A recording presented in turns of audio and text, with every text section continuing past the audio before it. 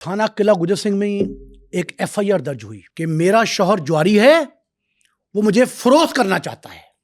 یہ مثال نہیں ہے, واقعہ ہے. جوئے میں ہارنا چاہتا ہے, میرے گھر میں بلا کے جوا کرتا ہے.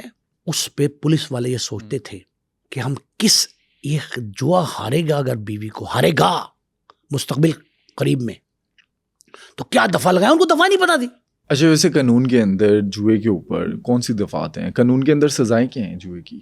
جو آن لائن بیٹنگ ایپس ہیں پاکستان میں اس پر پابندی ہے, لیکن بدقسمتی کیا ہے, اس پابندی پر عمل درآمد نہیں ہے. آپ تشہیر نہیں کر سکتے بیٹنگ ایپ کی, لوگوں کو راغب نہیں کر سکتے اس طرف, قومی خزانے کو نقصان نہیں پہنچا سکتے اس انداز سے, لیکن یہ ہو رہا ہے سارا کچھ. اسی وجہ سے یہ NCCIA بنی, اسی مرض کی دوا ہے. اور اس نے جو کوگنز لیے ہیں ان میں سب سے بڑا کوگنز یہی 294B420 یہ مقدمہ نمبر 196/25 یہی ہے. ان میں سزائیں مختلف ہیں, 6 ماہ قید سے 7 سال تک قید ہو سکتی ہے. اور جرمانہ الگ ہے. جرمانہ الگ ہے, ہوئی نہیں کسی کو. ضمانت آسانی سے ہو جاتی ہے. میں نے آپ سے کہا پہلے جو قمار باز تھے, جواری تھے, وہ تھانے بعد میں پہنچتے, ضمانت نامہ پہلے پہنچتا تھا. اور ان قمار بازوں کے نیٹ ورک بڑے زبردست ہوتے ہیں. یہ جب ایکٹ کر رہے ہوتے ہیں, میرا نہیں خیال, میں آپ کو ایک اور بات بھی بتاؤں, مجھے لگتا ہے یہ بادی نظر میں کہ ڈکی بھائی جو ہے نا, اس نے نادانستگی میں کیا ہے. یہ ہمارے ہاں کسی شخص کو یہ پتا تھا آج سے پہلے جب یہ ڈکی بھائی پکڑا گیا ہے کہ یہ national cyber crime investigation agency موجود ہے؟ بہت کم لوگ جانتے ہیں, نہ ہونے کے برابر.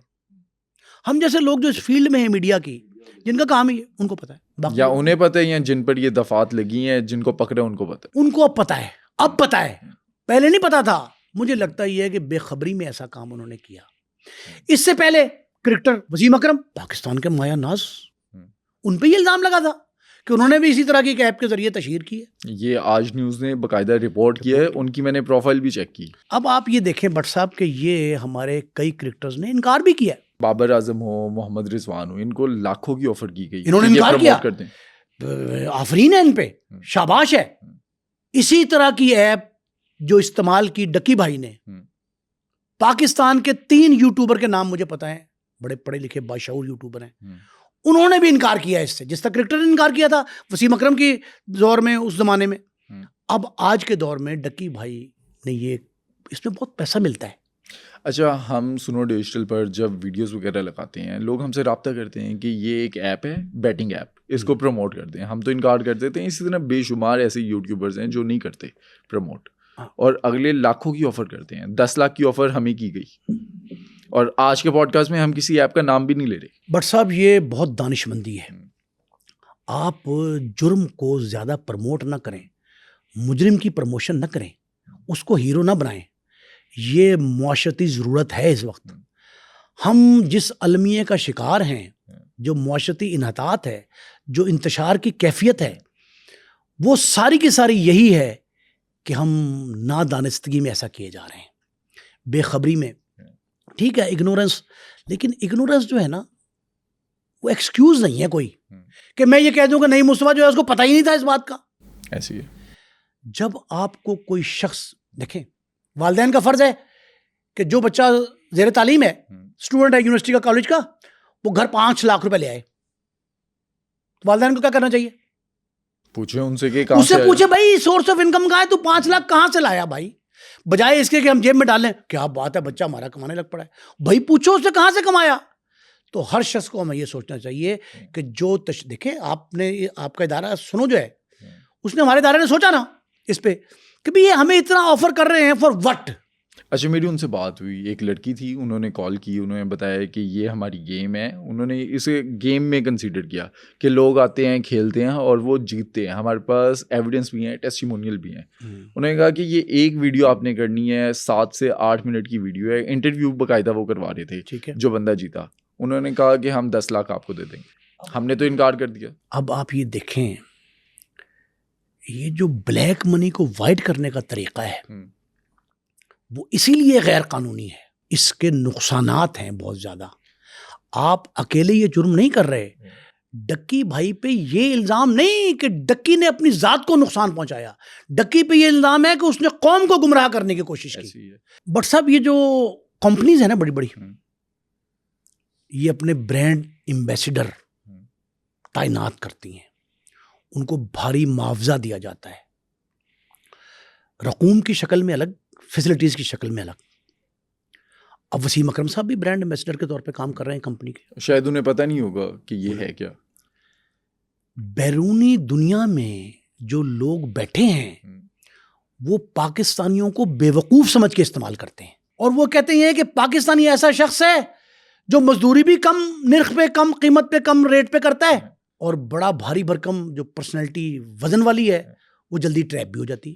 اچھا, یہ جو پاکستانی یہ بیٹنگ ایپس کا استعمال کرتے ہیں, انہیں لگتا ہے کہ یہ راتوں رات جو ہے گھر بیٹھے امیر ہو جائیں گے. کیا کوئی بندہ امیر ہوتا ہے یہ بیٹنگ ایپس کے ذریعے؟ یہ آن لائن جوا جو ہے اس میں اربوں روپیہ ہے, اربوں روپیہ. پاکستان میں افراط زر کی ایک بڑی وجہ یہ بھی ہے, جب سے یہ ایپس آئی ہیں, اور یہ پتہ کب آئی ہیں آپ کو, یہ سب سے زیادہ آئی ہیں, سب سے زیادہ پبلک ہوئی ہیں, عام ہوئی ہیں کرونا کے دور میں. جب لوگ گھروں میں بیٹھ گئے, مقید ہو گئے, تو ان کے پاس کوئی ایسا وے آؤٹ نہیں تھا ٹو ڈو سم تھنگ. تو انہیں یہ لالچ دیا گیا کہ یہ کرونا 2-3 سال چلنا ہے, اس کے آفٹر شاکس آنے ہیں, تو آپ سہارا لیں کمپیوٹر کا اور موبائل کا. موبائل ایپس آ گئی نا, پہلے صرف پہلے ویب سائٹس تھی. جب انٹرنیٹ آیا تھا 1994 میں, اس ٹائم پہ صرف ویب سائٹس تھی, اور 2010 میں جب یہ اسمارٹ فونز جو ہیں وہ عام ہو گئے, اس کے بعد یہ ایپس بن گئی. اب یہ ایپ تو بن گئی. پاکستان میں نا ایک گیمبلنگ کے بارے میں قانون بالکل واضح شفاف ہے. یہ کام اس قانون کے تحت غیر قانونی ہے, آن لائن گیمبلنگ, جوا. یہ بنیادی قانون جو ہے نا, یہ انسداد جوا ایکٹ 1977 1977 کا قمار بازی ایکٹ جو ہے, جو فزیکل جو ہے, یہ پورے پاکستان میں نافذ ہے. لیکن یہ جوا کھیلنا, قمار بازی کا اڈا چلانا اور جوا کروانے میں مدد کرنا, یہ اس میں اضافت ہے, ایڈیشن کیا گیا کہ جوا کروانے میں اگر پولیس والا معاونت کرے تو وہ بھی اس ایف آئی آر میں درج ہوگا, اور اگر ڈکی بھائی اس ایپ کی تشہیر کر کے جوا کروانے میں مدد کرے تب بھی یہ ہوگا. یہ میں پرانے ایکٹ کی بات کر رہا ہوں, اس ایکٹ میں بھی ترمیم ہو چکی ہے. اب ایک تو یہ ہے پاکستان کے قانون کے خلاف, دوسرا شرن جوا حرام ہے. پانسا جوا, قمار بازی, جس میں ایزی کم انکم جاتی بھی ایسی ہے, ویسے ایزی گوئنگ بھی ہوتی ہے, لیکن ایزی کم انکم جو ہے, جو جس کی بنیاد پہ حاصل ہوتی ہے, وہ شرع میں پانسا ہے, جوا ہے, قمار بازی ہے, نشہ ہے. یہ شرن بھی اسلامی جمہوریہ پاکستان جب سے ہوا تھا اور یہاں حدود کے آرڈیننس جو ہیں وہ آئے, حد لگی, اسلامی حد, اس کے تحت بھی جوئے پر پابندی ہے. اب جوئے میں جو بندے گرفتار ہوتے ہیں نا, ان میں جرمانہ بھی ہے, قید بھی ہے. 6 ماہ سے قید سے لے کے اور 7 سال تک کی قید مختلف انداز سے دی جا سکتی ہے. نئے ایکٹ کے تحت بتا رہا ہوں. قابل ضمانت جرم ہے نا, ضمانت تو ہو جاتی ہے, لیکن اگر آپ بار بار یہی جرم کریں قمار بازی کا, ہیبیچول ہو جائیں, عادی مجرم بن جائیں, تو آپ کی ضمانت ناقابل ضمانت جرم قرار پاتی ہے. وہ قابل ضمانت نہیں رہتا اگر آپ ایک ہی ایکٹ بار بار کر رہے ہوں اور دہرا رہے ہوں اس کو. اس کے باوجود جو ہے نا, پاکستان میں غیر قانونی on line batting, cricket batting, lottery, تاش, پانسا, جوا مختلف جگہوں پہ ہو رہا ہے. اس میں پولیس کی معاونت کنائنس شامل ہوتی تھی, اسی لیے NCCI بنانے کی ضرورت پیش آئی آپ کو. NCCI نے اپنے قیام کو حلال کر دیا, جائز کر دیا, یہ ثابت کر کے کہ جہاں کہیں اس طرح کی کوئی کاروائی ہوگی اس میں ہم موجود ہیں.